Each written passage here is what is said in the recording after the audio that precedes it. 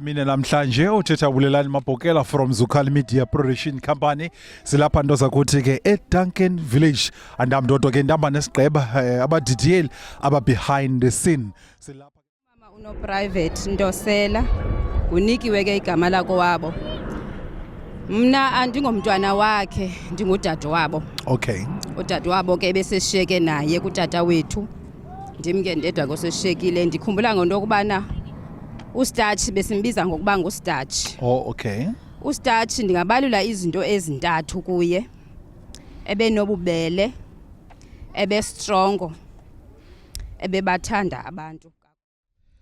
Ingumuntu oncekelelayo, umuntu ohlekisayo, umuntu othanda abantu. Bebathanda uStarch abantu kakhulu. Andithethi ke ngam. Ebendithanda kakhulu uStarch. Ke uMambhele uyafika ngoku uzokwamkela lusapho lwakhe kuzothatha umphefumulo wakhe.